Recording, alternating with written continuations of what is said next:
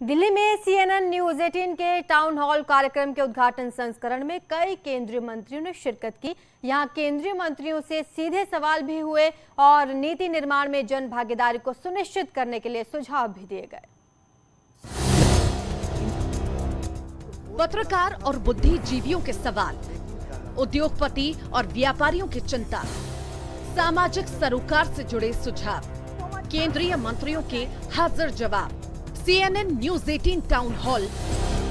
CNN news 18 town hall के उद्घाटन संस्करण में उन सभी मुद्दों पर चर्चा और सवाल जवाब हुए जिसके लिए इस मंच को तैयार किया गया है। सूचना प्रसारण और खेल मंत्री अनुराग ठाकुर, महिला और बाल विकास मंत्री स्मृति ईरानी और विदेश मंत्री S जयशंकर ने यहां सरकार की नीति, नियत, योजना के लक्ष्य के साथ मोदी सरकार की उपलब्धि भरे 8 सालों का लेखा जोखा विस्तार से बताया।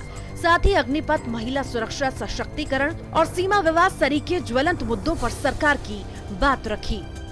आज रक्षा मंत्री जी ने कहा है कि हम भी अपने रक्षा मंत्रालय में जॉब्स 10% रिजर्वेशन, होम मिनिस्ट्री ने कहा सेंट्रल आर्म पुलिस फोर्सेस में 10% रिजर्वेशन देंगे और आयु सीमा को भी उस तरह से छूट दी है, रिलैक्सेशन दी है। तो अपने आप में बहुत कुछ कहता है कि सरकार खुले मन से देख रही है।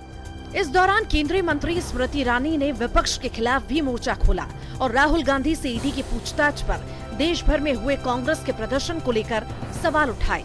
Any one of you a call for an investigation? Could any one of you say आज नहीं आ सकता, मंडे आऊंगा? Anyone in this room?